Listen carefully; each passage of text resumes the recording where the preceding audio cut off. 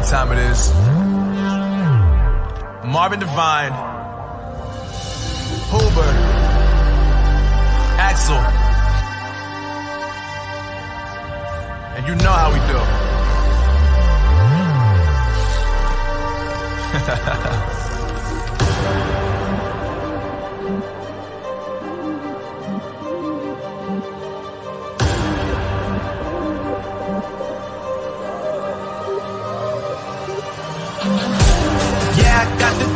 Yeah, I got the juice. Whip game cool, make them look like cool. Always play cool, that's the biggest rule. Fuck that, what they doing, keep on doing that.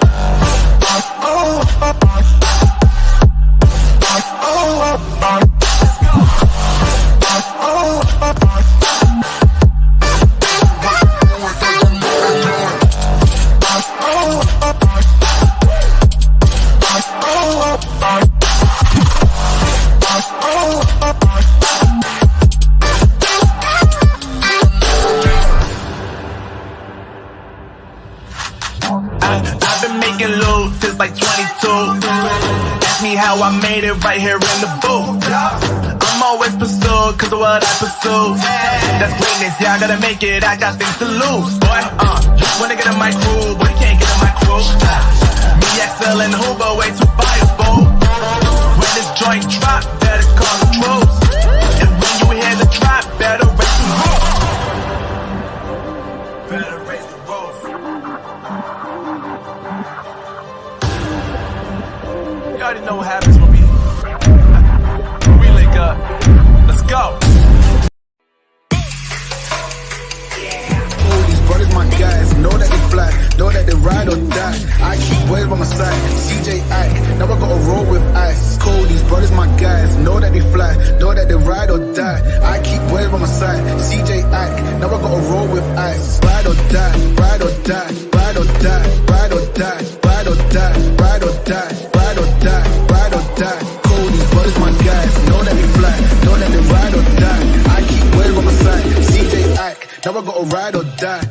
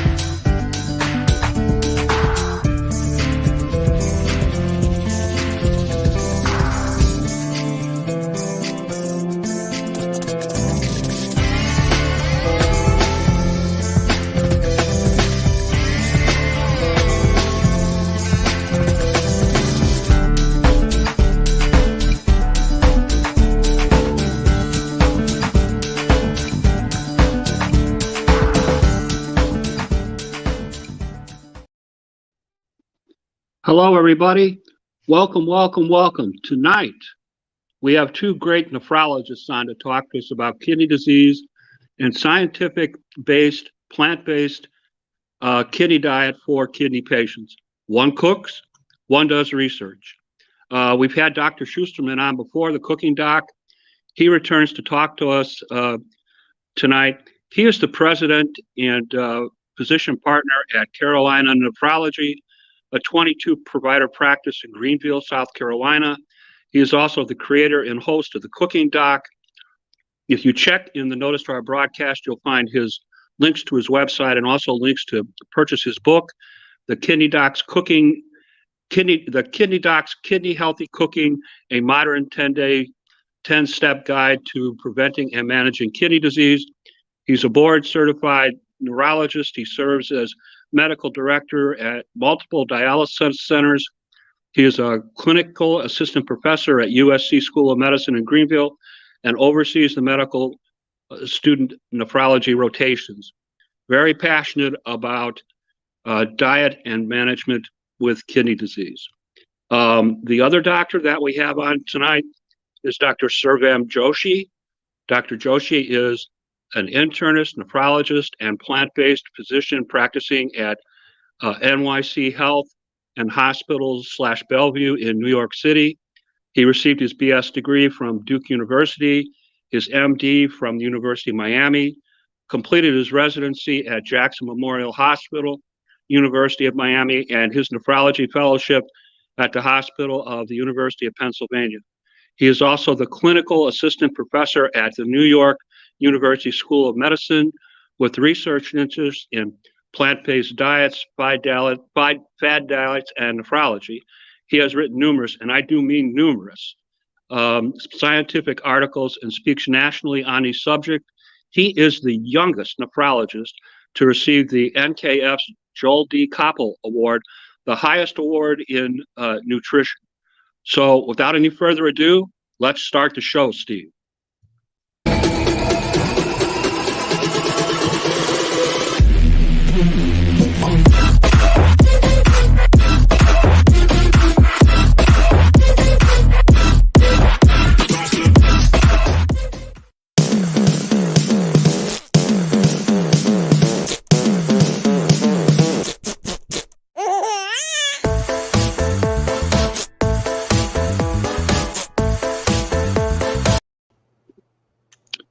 Oh, welcome, welcome, welcome. How's everybody this evening? Great. Everybody doing great. Good. Thanks for having us. Oh, glad to have you. Glad to have you. Looking forward to our conversation. Did I state everybody's credentials and experiences correctly? Yes. Sounded good to me. Okay. Let's start with Dr. Joshi first. In my experience, it's very unusual for a nephrologist to become an expert in nutrition. Please explain how and why you became interested in the area of nutrition for kidney patients. Well, it started in fellowship. Actually, it might have started even before that. I've been an on and off vegetarian for many years.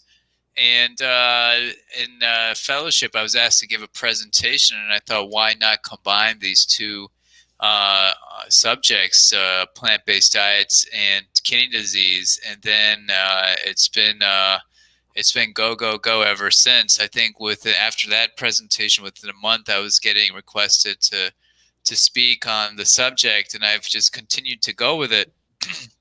And I really enjoy it clinically, because that's the number one question patients have is, what can I eat? What can I do to help my kidneys? And I think we as physicians don't do a good job answering that question. And I think there actually is a good amount in nephrology that we could speak on to answer that. And I think in many conversations we leave that off the table. Okay, Dr. Schusterman? Yeah, so mine didn't start quite as early as Dr. Joshi, but when I came down to practice in South Carolina, I noticed that there was really a lack of knowledge, both from the physicians and medical professionals down here and from the patients themselves, about the way food and what they eat can impact their kidney health and really make a tremendous difference in their overall progression of kidney disease and management of kidney disease. And so when I saw that there was a hole there, it really kind of drove me into that hole. And I thought that this was something that we needed to bring to the community and bring to the nephrology field, because as Dr. Joshi said, we don't talk about nutrition and kidney disease enough, or most doctors do not. And really, if we talk to people about it, it gives them empowerment and it gives them knowledge and a good way to help take control of their kidney disease in a lot of ways. And so you put that together with the fact that I love to eat and cook, and it became a passion of mine, and I've been going down that road ever since. Okay. question for Dr. Joshi. Please explain what an evidence-based plant-based diet is and what science it's based on, because I noticed you write quite a bit on this subject. Yeah, so I started with me trying to get these papers into journals, and now it's the other way around, where the journals are trying to get papers from me. But an evidence-based plant-based diet within the kidney disease literature would reflect a diet that emphasizes the consumption of foods that would help people improve their overall health, a diet that would help reduce the amount of medications they're taking, and help control the complications of the kidney disease that they have, and not to mention even attenuate the progression of their kidney disease. So when you look at the literature, and I've written a few papers on this, probably the biggest and best one and the most recent one is probably the one in American Journal of Kidney Disease that just came out. And we go through the literature and talk about what the evidence says. So when you look at the literature, granted, a lot of it's observational, meaning that it's not a randomized controlled trial, which is the highest level of evidence. But when you look at this observational literature, the people who tend to eat more red meat or meat tend to do worse in regards to their kidney functions. They tend to have a higher risk. For example, there was the Singapore Chinese health study. Those in the highest quartile of red meat intake had a 40% higher risk of developing kidney failure compared to those in the lowest. And this was in a dose-dependent fashion, meaning that the more red meat you ate, the higher the risk was of being associated with kidney failure. So there's a number of studies like this. So, and what we know is that plant-based foods have a whole host of benefits. They have natural alkali, so that people could potentially reduce the amount of sodium bicarb they're on. There's a series of studies, a series of trials, not just observational, showing the benefit of this, and people had lower blood pressures at the same time, and then they also had less proteinuria. So there's a lot of evidence supporting plant-based diets, and I could probably talk for the whole hour in regards to the benefits of it for patients with kidney disease, but for the sake of time, I'll be brief, and I'll let Blake jump in if he wanted to comment. Go ahead, Dr. Schusterman. Sure. Well, first of all, I'm grateful for Dr. Joshi because I used some of his articles when I was writing my book, and the summaries of the trials were really fantastic and really put it all together. There it is. There's thank you. But the totality, or when you put all the evidence together, there's not a lot of randomized controlled trials, as Dr. Joshi said, but there's just a lot of observational data and a lot of signs that point to the fact that a diet that is focused around plant-based foods and away from things like red meats and ultra-processed foods can impact your health and your kidneys in a lot of different ways. And he mentioned from blood pressure to eating less animal protein to maybe a higher alkaline diet, which puts a little less stress on your kidneys. There's just a ton of different ways that a plant-based diet can help your kidneys. And I think, we're starting to see the evidence mount, and I'm really looking forward to the next 5 to 10 years to see if we get these randomized controlled trials that can really help us define exactly how a plant-based diet fits into the management of kidney disease. Excellent. Excellent. Dr. Joshi, I've heard you speak about, and I've read about the use of evidence-based plant-based diet as useful in preventing kidney disease and kidney failure in some cases, and in particular, people that have diabetes and hypertension. Can you explain to us, please, how does that work? How does that help the patient control his health issues? Yeah, so it probably would be helpful to put this in context of my own career trajectory. I initially wanted to be a transplant nephrologist, and my main research area interest was in actually developing these artificial kidneys. But through the course of my education, I actually realized that the number one cause of kidney failure is actually diabetes. Number two is high blood pressure. And then I thought to myself, well, that's just devastating because so many people have diabetes and high blood pressure. And then as I continue to progress, I realized that most of diabetes and most of high blood pressure is actually preventable with people eating healthier and exercising and losing weight. So the underlying cause for both of these diseases is lifestyle indiscretion, so to speak. And then so you might even say that because those diseases can cause kidney disease, that the underlying cause of kidney disease could also be not eating healthy or not exercising enough. We could talk about whose fault it is, but patient, society, the physician.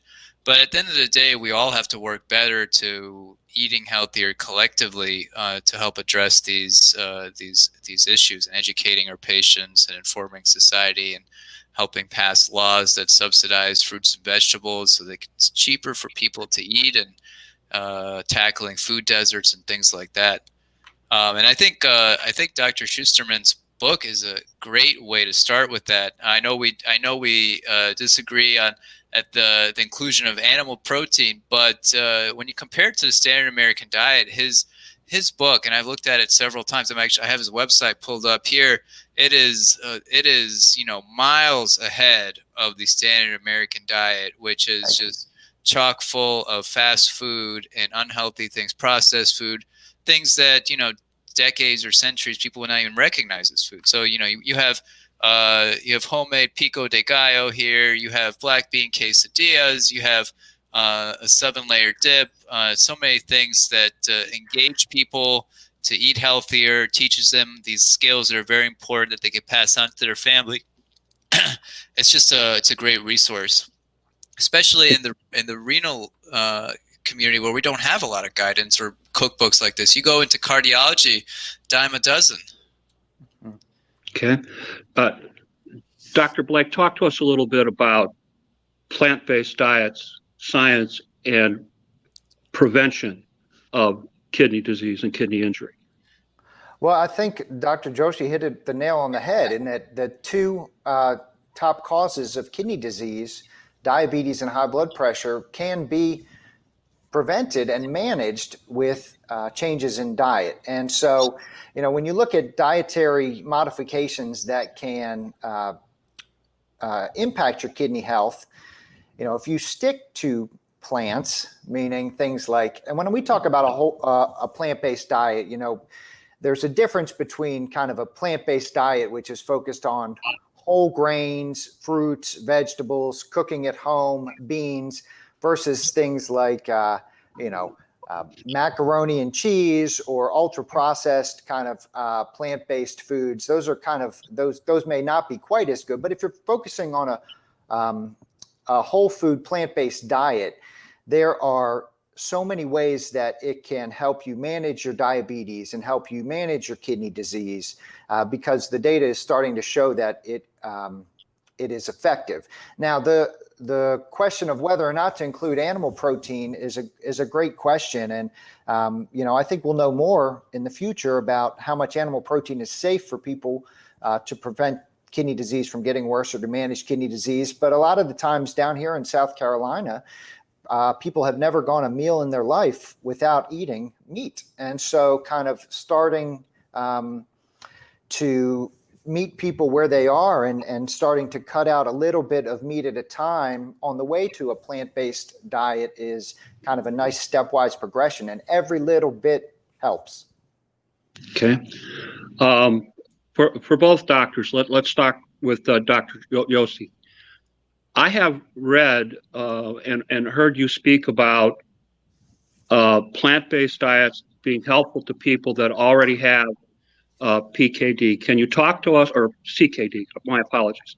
Can you talk to us a little bit about the benefits of a plant-based diet for someone that's already got chronic kidney disease? And if you could, is there a difference between dialysis patients and kidney transplant patients in terms of plant-based diet? Yeah, so there's a little bit of difference there, and I know you didn't mean to say PKD, but had you did that, it actually would be a very hot topic right now in the back channels of the renal community, especially with ketones and the ketogenic diet.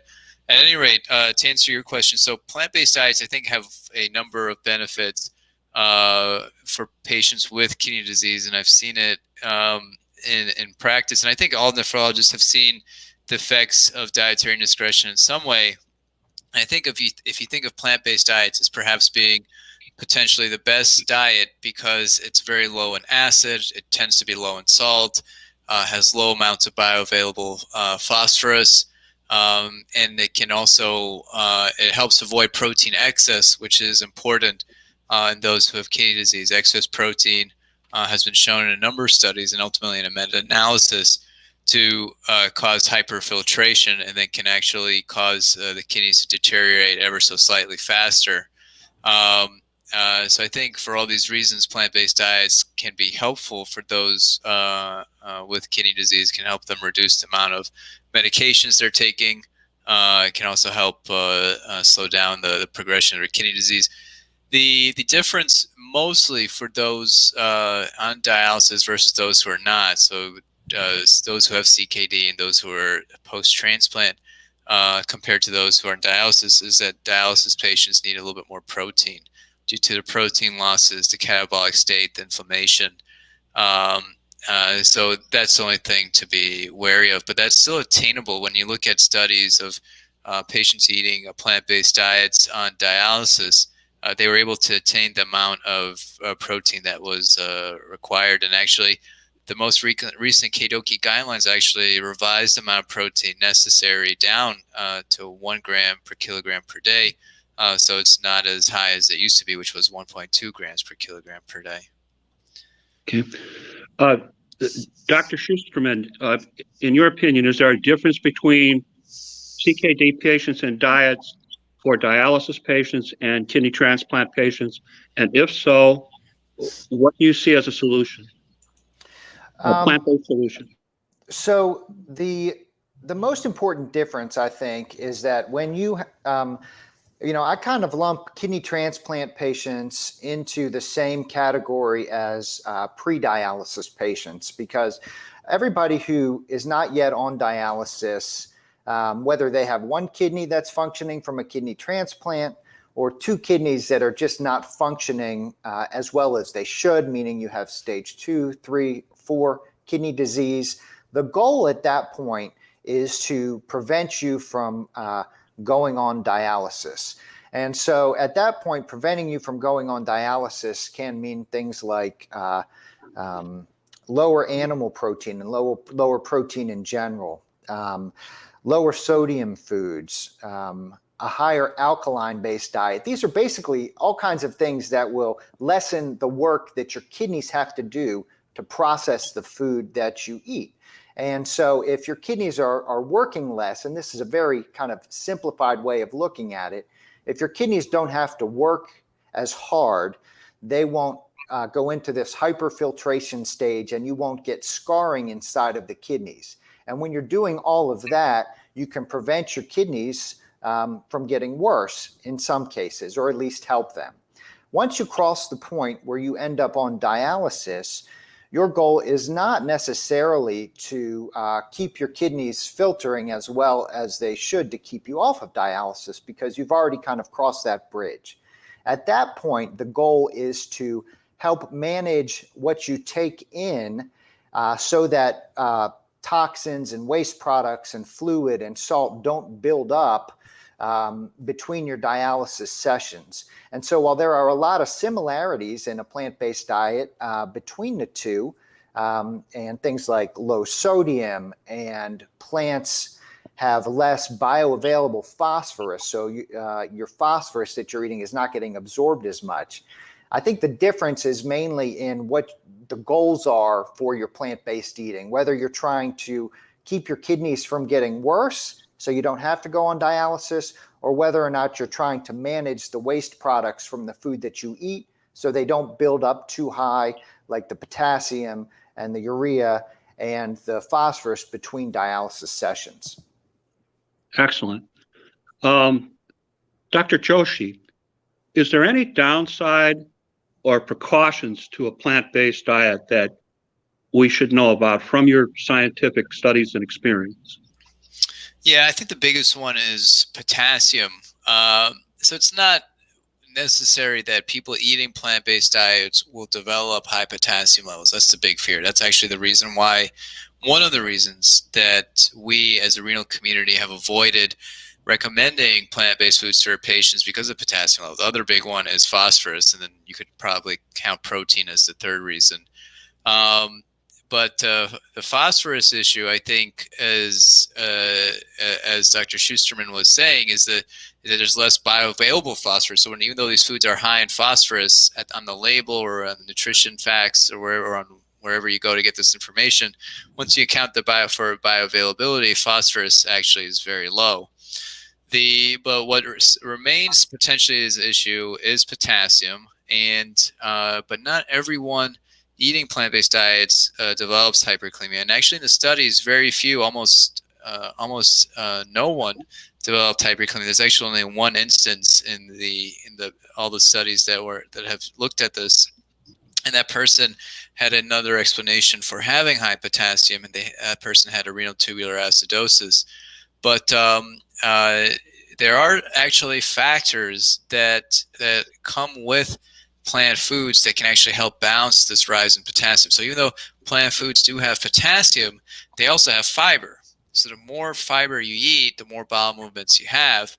And that, with each bowel movement, the bigger and more frequent the bowel movements you have, the more potassium you lose. So the potassium coming in theoretically could come out as well. There's emerging evidence to suggest that not all the potassium that is in plant foods is bioavailable, kind of similar to the phosphorus idea.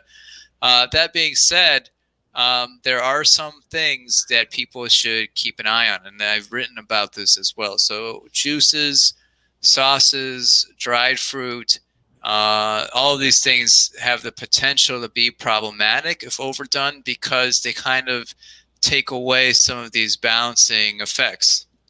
For example, with juice, no one sits down to eat 2 medium-sized oranges, but they may drink a glass of orange juice for breakfast, and that glass of orange juice, you're getting the juice of 2 medium-sized oranges and the potassium from those 2 medium-sized oranges. So when I tell patients, if you just eat the fruit itself, you're getting the fiber with it and you're not getting as much potassium. But when you start concentrating it in juice form, sauce form, you're eating more potassium per unit time, and that can lead you into trouble. Sauces are the same way. Dried fruit, even though you're getting the fiber, you're not getting that water content, and then you could end up eating more dried fruit than you had you eaten the whole plum, for example, if you were eating prunes in this example. Potassium supplements are a big problem, especially because we emphasize to our patients to avoid adding sodium. So they may add a salt substitute that inadvertently has potassium. That could be problematic. And then there's certain foods that are just extremely high in potassium that you'd have to be wary of, like molasses, which I think very few people would know about. Raw soybeans are high, but very few people are eating raw soybeans, and there's a couple other random things. But for the most part, if people are including more salads for their lunches, or more fruits for their breakfasts, or more tofu for dinner, I think these kind of changes have the potential to benefit patients rather than harm them. Dr. Schusterman, same question, pro and con scientific plant-based diet. Yeah, I think that Dr. Joshi really hit everything as far as the possible downsides of the plant-based diet, and it's mainly this question of potassium more than anything. And I'm really interested to see more research come out about the effects of dietary potassium on your blood potassium level. You know, he mentioned some of the things that are really concentrated potassium that have the tendency maybe to shoot the blood potassium up. But for a lot of people, their potassium is not always dependent on the fact that they eat a tomato sandwich. Especially this time of year, everybody wants to have their summer tomatoes. And one thing people always ask, they always kind of Google the renal diet. And a lot of the information on the internet is kind of old and outdated, doesn't have a lot of these insights into plant-based eating that we're talking about today. And so they will immediately cut out, an avocado or some of these tomatoes that they're growing in their garden, missing out on some of life's greatest pleasures, like those fresh summer tomatoes.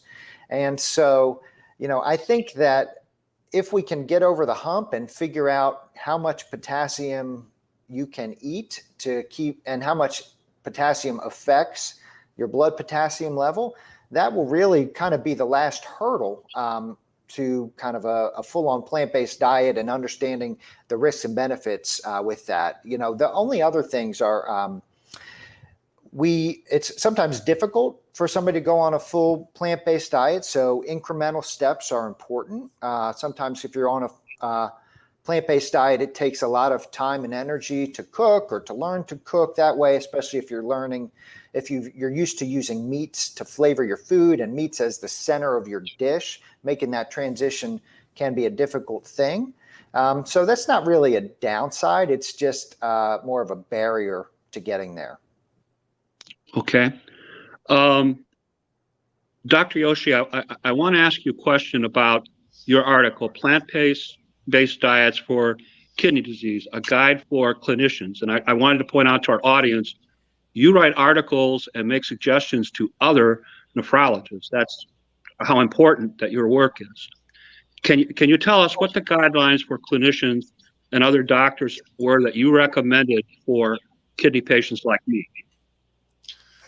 Yeah, I think what the purpose of me writing is to help educate nephrologists, because we still tell not just nephrologists, but everyone that treats and is involved in kidney disease and patients with kidney disease. So this includes nurses, nurse practitioners, PAs, social workers, everyone, because we've all been in the situation where the physician says something and then they meet with a dietitian and it's undone, or they or maybe it could be another patient. They say, well, you can't have a banana because that would skyrocket your potassium. I remember many times in my career, I would have someone that had diabetes and kidney disease, and they would just constantly get mixed messages. For diabetes, they were told not to eat white bread, but then for kidney disease, they're told to eat white bread, and then they're left confused, and they end up going to KFC because they don't know how to reconcile this, and it's very, very confusing. So the purpose of me writing is to clarify some of these things. Stop telling your patients to eat white bread. That doesn't do anyone any benefit. It's refined, it's processed. If you make a ham and cheese sandwich, you're not really improving upon what people are already doing. What we're trying to say is that some of the healthiest foods on the planet that have kept people alive for centuries, fruits, vegetables, whole grains, lentils, nuts, seeds, all these things are healthy, in fact, for patients with kidney disease. There are ways to do it wrong, definitely, and we've seen it before. There's published reports of green smoothies causing oxalate nephropathy, people not getting enough protein, that one person with the hyperkalemia and the plant-based diet because he was eating raw edamame and he had RTA. So there are ways to do it wrong, but there are also ways to do it right, and we don't spend enough time teaching patients how to do that. Just how to eat healthy, what are the ways to be healthy in general, and that's really the purpose of the writing. So the concrete recommendations that that we want to convey to people is that patients don't like taking medications. It's hard for them. It's there's co-pays involved. You have to get refills. You have to remember, especially phosphate binders. If we can make it easier for our patients to take fewer medications by telling them what to eat, how to eat healthier, I may do the what, Blake may do the how, and with the cookbook, and we could improve someone's life, and not just reduce some medications, but if we're also improving insulin sensitivity and blood pressure, we're also affecting nephron loss. We're also affecting that decline in GFR. So it's a multi-pronged approach at improving health, and that's really the big takeaway from the paper. Yeah, there's smaller nuances with alkali and phosphorus, blood pressure, and a couple of these other things, but the big takeaway is eating healthier in general for your body and your kidney. Okay. Question for both of you. We'll start with Dr. Joshi, since he mentioned the keto diet. And Doc, if you want to say something about PKD, I'm a 41-year PKD patient, so I'm all ears. What is your professional opinion about the keto diet? Is it good or bad for kidney patients? What are the risks? What are the downfalls?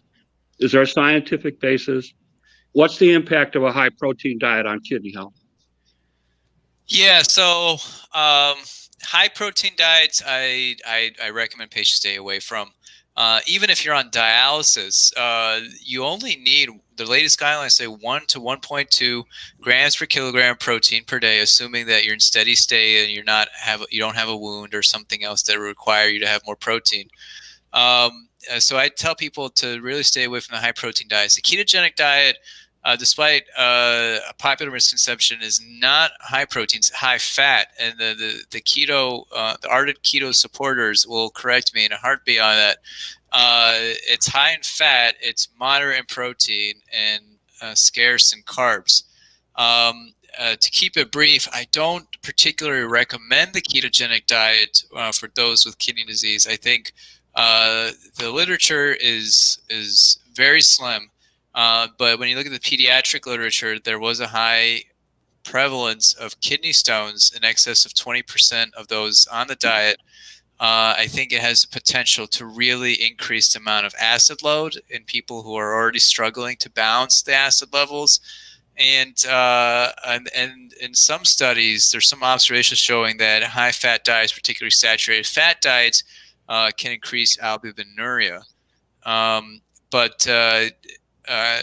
the other side effects, like raising cholesterol and long-term health, I think are problematic.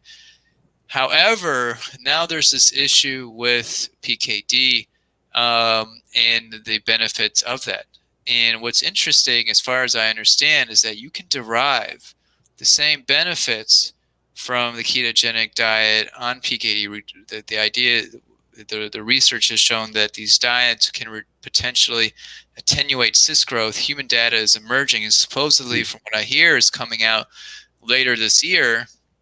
But animal studies have shown that these diets are beneficial in this, and if this is indeed true, it could be a game changer in what has otherwise been a notoriously difficult disease to treat.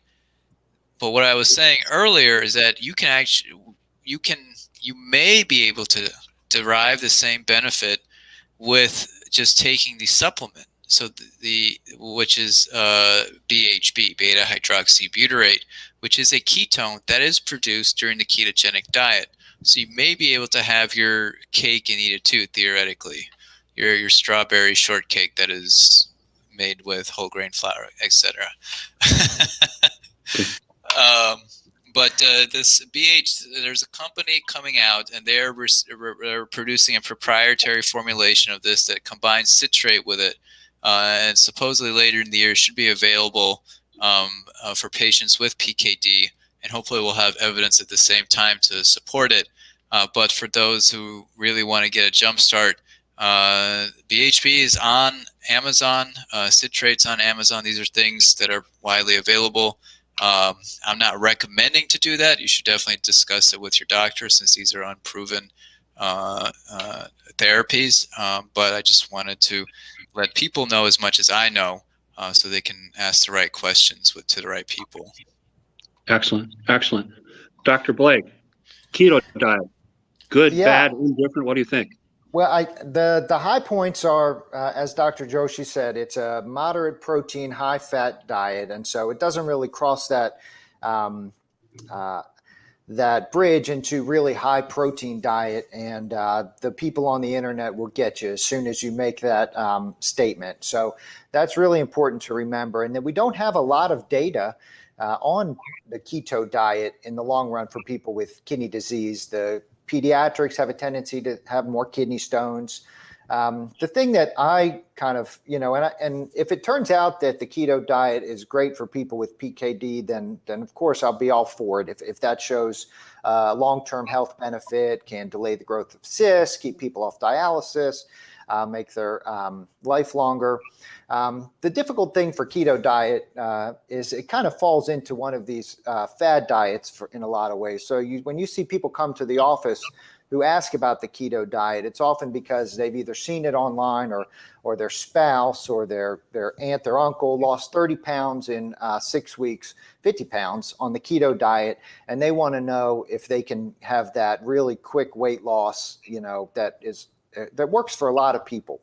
But it's not a long-term solution for a lot of people. So maybe you can lose those 30 pounds in 6 weeks, but if I see somebody back in 2 to 3 years, I can't tell you, maybe 1 to 2 people who have gone on the keto diet can maintain that kind of health benefit and stay on the keto diet for a long period of time, because it can be a difficult diet to stay on. So, when I talk to people about health changes and ways to eat a healthier diet, I'm thinking something that can keep them going for 10, 20, 40, 50 years, not something that's going to help you lose, 30 pounds in 6 weeks. If we lose 30 pounds over 6 years, I am thrilled.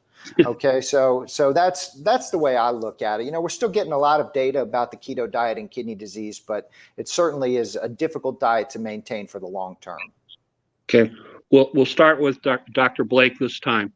Are there any differences among patients in terms of sex, age, or other natural differences for kidney patients that are on a plant-based diet?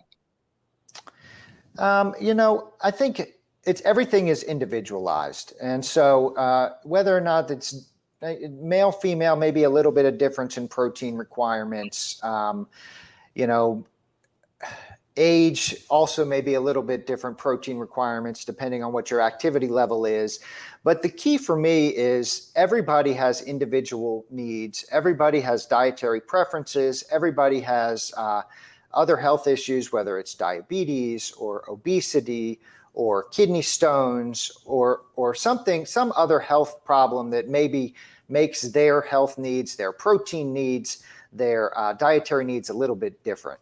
So really, to get into those specifics, everybody should have a dietitian as far as I'm concerned, because they can really help determine your exact needs, what your preferences are, what you can afford, what you like to cook, what you like to eat.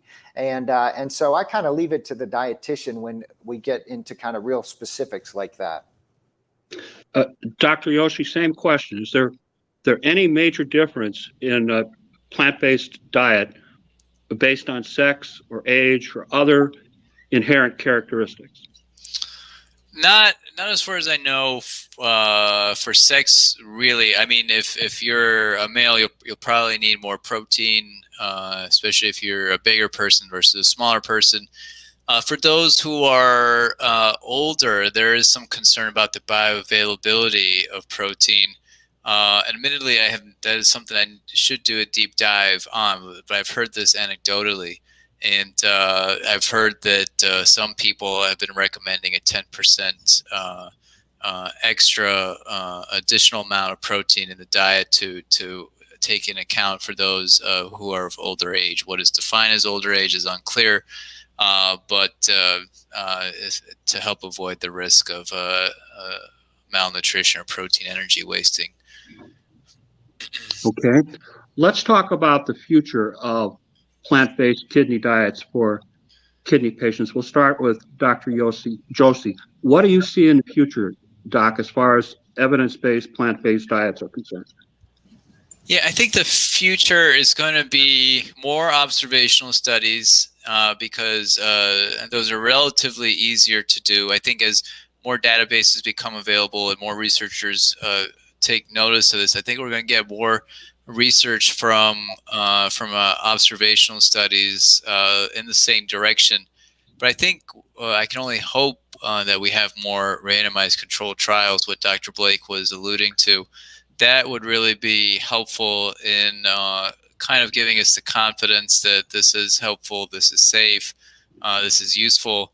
Right now, some of the best randomized controlled trials are the work that's been done in regards to natural alkali by Don Wesson and Nimrit Garaya and their colleagues. But beyond that, we don't have too much. But what we need is the funding, the interest, and the prioritization by the NIH to do these types of trials. Okay. Dr. Blake, what do you see as the future of plant-based diets? Well, I think that if we ever can get those randomized controlled trials, they will be very helpful. But I think as a society in general, we're starting to see more and more of a understanding of plant-based diets and the benefits just in general, not only on somebody's health, but maybe on the environment and climate change of eating a plant-based diet. You know, when I started in South Carolina 12 years ago, I don't think any of my patients were on a plant-based diet. They probably would have laughed me out of the room if I would have even suggested it. But 12 years later, things are much different. It's much more prevalent. People are much more interested in trying it.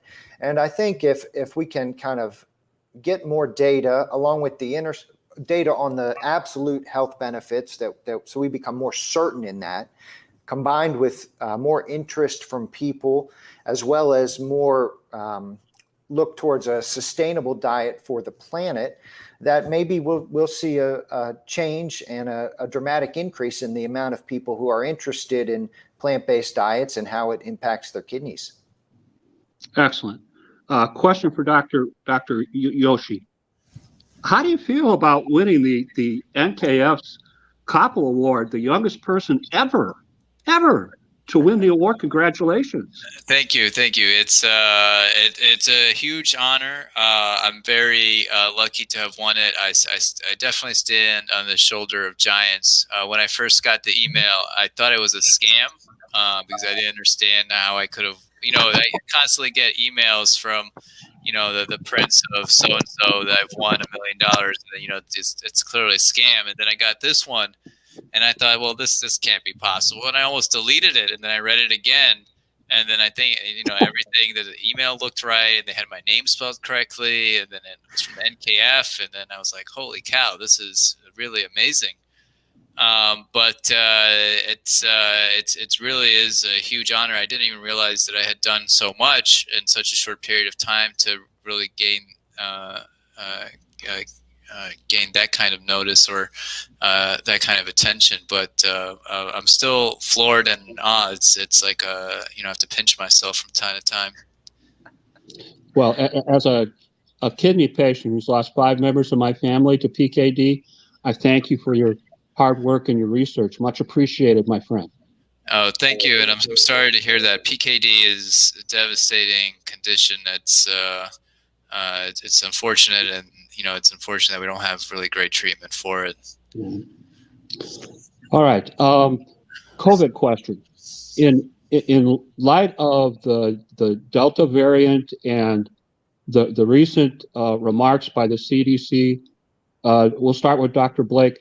What kind of advice are you giving your patients currently of how to avoid the COVID-19 Delta variant and the virus?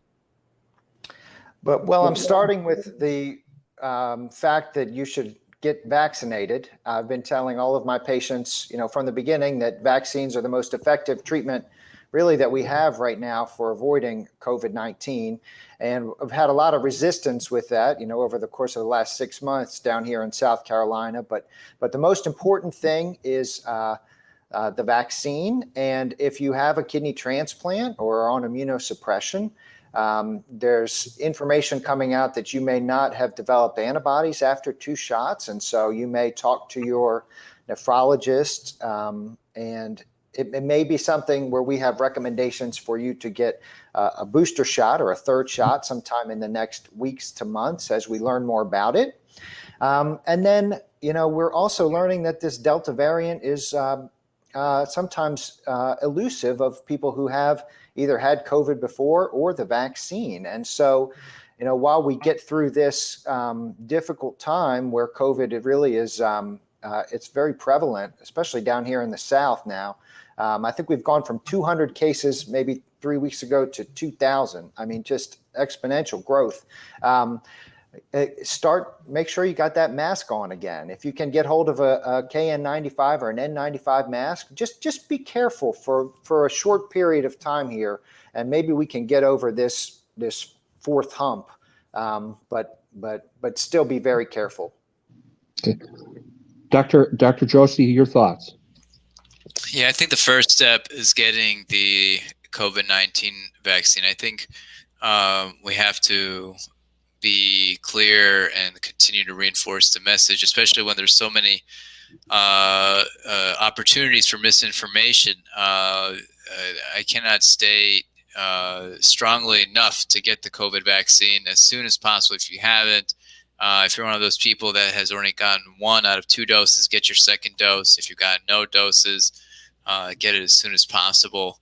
What I'm curious about is that will we at some point in the future start recommending to our dialysis patients to get a booster? I think that's on the horizon, even though our patients on dialysis are not immunosuppressed in the traditional sense. They're not on chemo.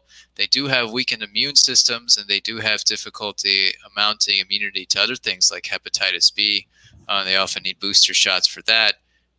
So I'm keeping my ears peeled for that recommendation. And I think ultimately we may be moving towards where we all need a booster shot based on the recent Pfizer data, which showed a decrease in effectiveness from 96% to 83%.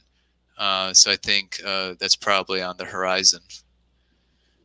Yeah, I can see a booster shot in my future soon. I've had both Pfizer shots, and I was told I'm not exactly building a lot of antibodies. So either a third shot or a booster sometime for your Uncle Jim very soon.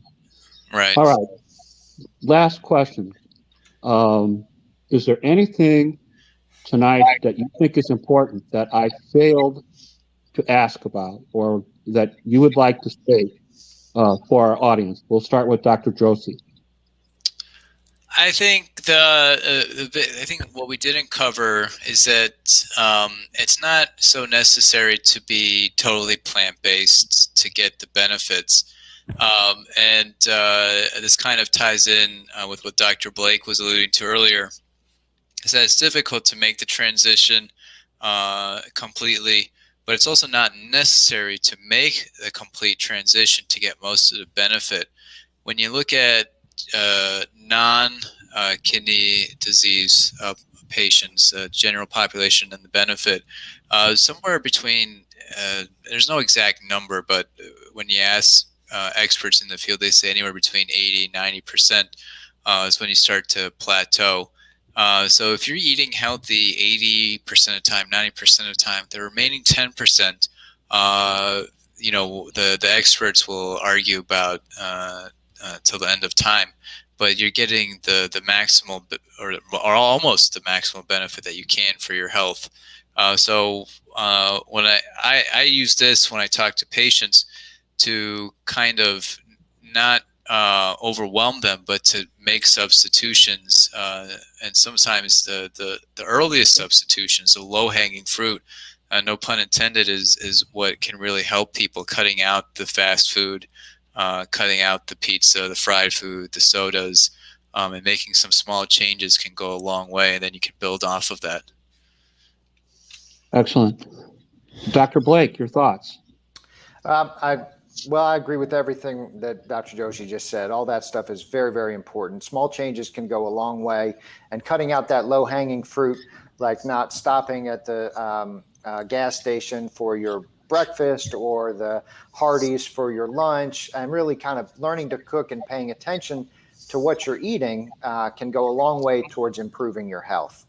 And then, Uncle Jim, I didn't know if you wanted me to do a quick 3-minute recipe here before we go. Yeah, please. I'm sorry, Okay. please. All right, I can just do a quick recipe here for everybody. This is a broccoli salad. So plant-based, we're going broccoli here. Let's see what we could do. Okay, great. So first thing we're going to do, traditional broccoli salad has a lot of bacon and cheddar cheese and mayonnaise. And so we're going to try to recreate some of those flavors without a lot of those ingredients, or less of those ingredients. So we're going to use a little bit of mayo here, just about 1/3 cup, going right in our bowl. You can use vegan mayo if you want to keep it totally plant-based. Instead of our bacon, we're going to use smoked paprika. Kind of gives a little bit of that smoked flavor and nice little spice. So just about 1/4 teaspoon. And then we've got apple cider vinegar. A really nice way to add some tartness to a dish without adding salt. Most people who have kidney disease need a low sodium diet. So vinegar and apple cider vinegar is a great way to start. We got 4 teaspoons of that. And then we've got just about a tablespoon of shredded Parmesan cheese. If you wanted to keep it totally vegan, you could use something like nutritional yeast, or just vegan cheese, or just leave the cheese out altogether. We're going to whisk that up. And then our last ingredients, we've got our broccoli. So I'm using raw broccoli, but raw broccoli is kind of a medium potassium vegetable. If you don't like raw broccoli, you can use steamed broccoli, or you can blanch it to kind of take the edge off a little bit. You put the broccoli in boiling water, let it boil for about 1 minute or 2, and then shock it in a bowl of ice cold water. That will take off a little bit of the crunch of the broccoli. I tend to like it crunchy. But then we're going to add some scallion, a couple green onions to kind of give the dish a little bit of bite. Some dried cranberries. Dr. Joshi mentioned dried fruit as a way to kind of get a lot of potassium sometimes. Dried cranberries are a lower potassium dried fruit, so you don't quite have that worry. And then we're going to add pepitas, or some pumpkin seeds. Give you a little bit of plant-based protein, some magnesium, kind of a really healthy, nice salad to take the place of your traditional unhealthy broccoli salad. Give it a little stir. This recipe is in my book if you're interested, along with others. My book is not fully plant-based, but we do have a lot of plant-based dishes, and just a really nice, quick broccoli salad with some crunch, some sweetness, some tartness. So try it. Let me know what you think. Great. I just wanted to say, Doc, that in the original post of this broadcast, I posted links so people can buy your book. I posted links so people can find the website. And I also posted a link so people can subscribe to your newsletter, which comes out every month or so. And I always share those recipes. I got 3 or 4 recipe groups that I manage out of the 85 groups that I manage on Facebook. So I want to make sure that everybody gets a chance to read all your new stuff and get to know you as a great dietitian and a great kidney doctor. Thank you. All right, guys, I appreciate you taking time to speak with us tonight. I learned so much. Thank you. Thanks you for guys having have a good evening. Thank you. You too. Thank you. All right, and for the rest of our audience, next week, August 6th, Shane Blanchard's on with us. He's going to bring on his donor. We're going to talk about his first transplant. He's working on getting a second transplant, how his donor got hooked up with him, his current feelings about Shane's kidney being rejected. So a lot of interesting things going on August the 6th. You don't want to miss that. All right, Steve, the show is over. I'll talk to everybody later. Bye-bye.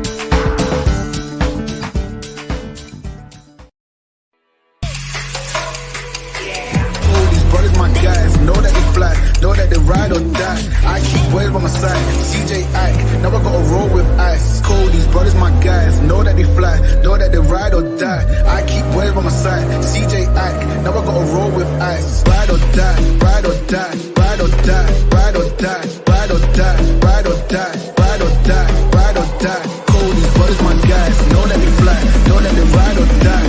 I keep boys by my side, CJ Ike, now I gotta ride or die.